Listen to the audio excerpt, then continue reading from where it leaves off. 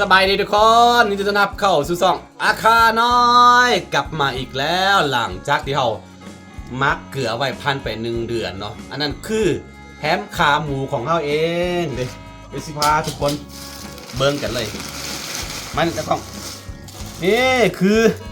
เนื้อหมูหรือว่าขาหมูเนาะนี่ขาหน้ามันขาหลังก็เอาหมดแล้วเราก็เลยปกติเขาสิเฮ็ดขาหลัง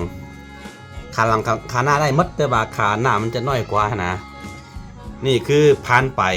1 เดือนกว่าแล้วเนาะหน้าตาของมันก็ยังสดอยู่คือเก่า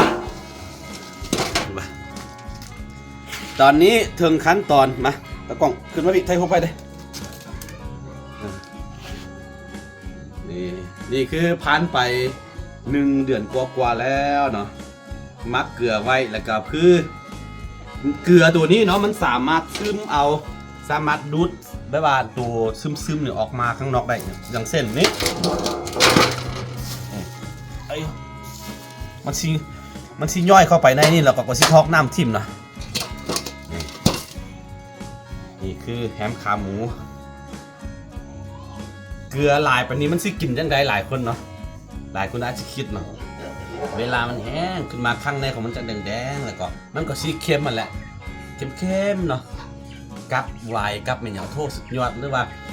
ซอยบางๆแล้วก็คั่วใส่มักทั่วเนาะหรือว่าแกงใส่ทั่วหรือว่าต้มใส่ผักน่ะสุดยอดเลย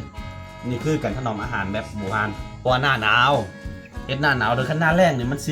สิหนาวเนาะตอนนี้แบบว่าตัวน้ำเนาะเริ่มถือเกลือดูดออกหมดแล้วก็เรียกว่าสิเทิงขั้นตอนนีบมันคือต้องได้นีบเอาของนักๆเนี่ยไปเต็งใส่ทับใส่หั่นนะเพื่อให้มันแบบว่าแน่นๆเนาะแล้วก็มันจะแห้งไว้เนาะหลังจากที่เอาของอย่างทับไว้ประมาณ1 เดือนหรือว่า2 เดือน1 เดือนก็ได้แล้วเนาะเอาก็เอาสามารถไปห้อยไว้วันนี้ก็ได้เลยว่าเป็นอย่างนั้นปลาไว้ยังน้อย30 ปีก็ได้นะ30 ปีท่านผู้ใดเคยเบิ่งด้วยว่าอาหารพื้นบ้านของจีนเนาะของคนจีนนะเดี๋ยวน่านนะจะเห็นเนาะเพื่อสามารถแบบว่างูเป็นตัวเลยนะเอาสาลียัดใส่แบบว่าเอาเครื่องในมันออกมัดแล้วก็เอาข้าวโพดสาลียัดใส่แล้วก็ยิบไว้แล้วก็ตากไว้อยู่หิ่งแบบบูฮานเนาะปลาไว้30 ปีมากินสุดยอดเลยรสชาติโอเคไปเฮ็ดขั้นตอนต่อไปกัน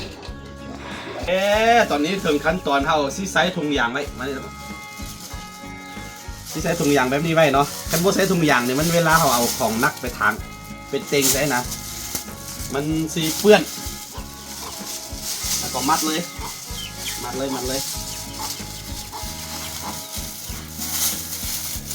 แนะนำให้เจาะหูทั้งหลังทั้งด้านลมเด้อเพราะว่ามันซึ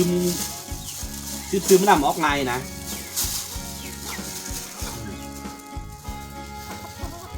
ในเวลาเจาะกันแล้วเจาะหูเด้อมันบ่เจาะเนี่ยมันน้ำมันบ่ซึม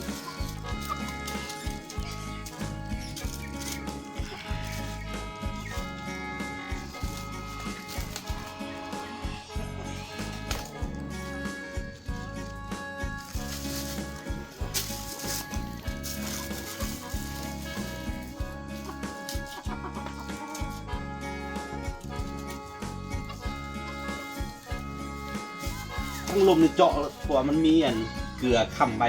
คันบ่อัดแบบนี้มันสิเปื้อนแล้วก็ตอนแดดแห้งๆอ่ะนะสิมีแมงวันไปตอมเนาะคันแมงวันไปตอมก็คือมันสิเกิดเป็นหนอน นี่แหละเหตุผลที่ว่าเฮาเฮ็ดช่วงหน้าหนาวเนาะหน้าหนาวบ่ค่อยมีแมงวันแต่ว่าหน้าแล้งนี่บ่ได้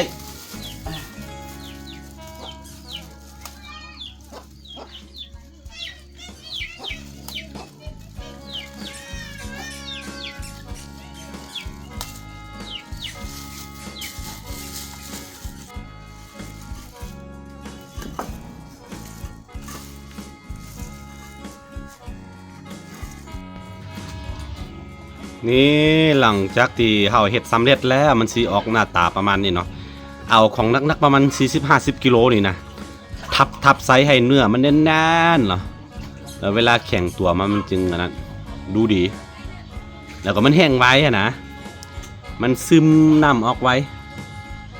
นี่เดี๋ยวอีก1 เดือนเจอกันเด้อทุกคนเด้อ น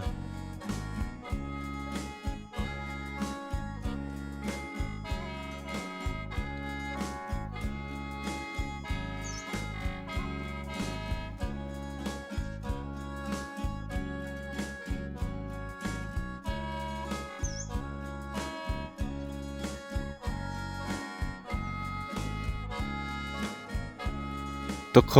นนี่คือแฮมขาหมูที่สำเร็จไปแล้วหลังจากผ่านไป2 เดือนกว่าๆทุกคนนี่เห็นบ่นี่คือ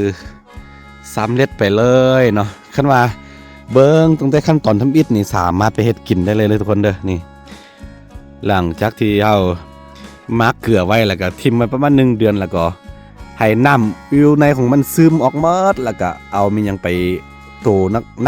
กนะไปเต็งใส่เนาะเป็นนีบใส่ให้มันแห้งๆเป็นแบนแบบนี้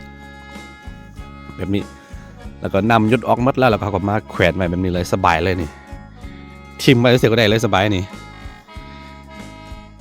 อันนี้ที่เห็นขาวๆเป็นเกลือเด้อมักเกลือไว้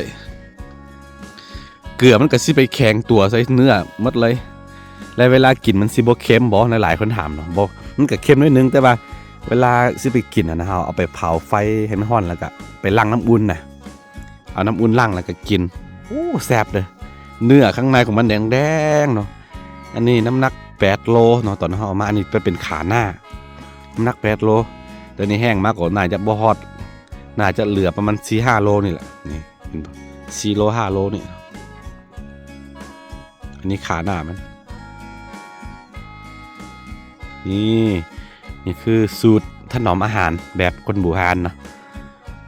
นี่หมูน้ำข้างหรือว่าแฮมขาหมูนะเอาตากไว้อันด้วยว่าเวลาน้ำหมอกตกเวลาลมปานะแนะนำให้เฮ็ดหน้าหนาวเนาะทำหน้าหนาวเพราะว่ามันมีแมลงวันหลายถ้าไม่เฮ็ดหน้าร้อนนี่บ่ค่อยได้วันไหนมันจะหนาวเนาะถ้าว่าเอาใส่ไฟเลยเนาะแขวนไฟเลยเนาะหมูลมควันนั่นได้อยู่แต่ว่าอันนี้บ่ได้มันจะอันนั้นแมงวันมาตอมจะเน่ามีตัวนอนเข้าอันนี้คือสบายเลยปะนี่คือสำเร็จไปแล้วเนาะถ้าเพื่อเบิ้งขั้นตอนที่1แล้วก็มาเบิ้งขั้นตอนที่2นี่สามารถไปเฮ็ดกินอยู่บ้านได้เด้อนี่แฮมขาหมูนี่เราเอามุ้งมากางไว้ช่วงติดบ่แห้งเพื่อมีแมงวันมาตอมจริงๆบ่มีหรอกหน้าหนาวแต่ว่ากั้นไว้ดีกว่าโอเคทุกคนไปลองเฮ็ดกินได้เด้อตักที่เฮ็ดซ้ำเฮ็ดไปแบบนี้แล้วบ่หมายความว่ามันสิกินได้เลยเดี๋ยวบ่กินนะทุกคนนะต้องทิ่มไว้ยังน้อยก็6 เดือนซะ6 เดือนเนาะแต่ว่าเมื่อก่อนเฮาสิทิ่มมาเป็นปี2 ปี3 ปีจึงมากินนะแห้งนานเท่าใดแห้งแซ่บเด้อตัวนี้รสชาติของมันเนาะข้างในของมันยังแดงๆอยู่โอเคนี่คือแบบว่าการรักษาเนื้อบางที่คนจีนเขานี่ตะกี้เอาป้าไว้เป็น30 ปีเนาะแขวนไว้อยู่หิ้งแต่ว่าเฮานี่เอาป้าไว้ประมาณปีนึงเฮ็ดไว้ปีนี้กินปีหน้าซั่นนะแต่ว่านี่ประมาณ5-6 เดือนก็กินอดบ่ไหวเฮ็ดยากเลยทุกคนขั้นตอนของมันเฮ็ดยากก็สิได้กินเนาะต้องใช้เวลาก็เลยว่ามันมีคุณค่าเนาะคือนี่เอาซื้อมา1,000 กว่า 1,300เนาะถ้ารายเป็นเงินบาทนะเงินราว 8-9 แสนถ้าไปขายก็ได้เงินได้นี่แพงเนาะเพราะมันเฮ็ดยากแล้วก็ซัวที่ได้กินนะใช้เวลาเป็นปีโอเค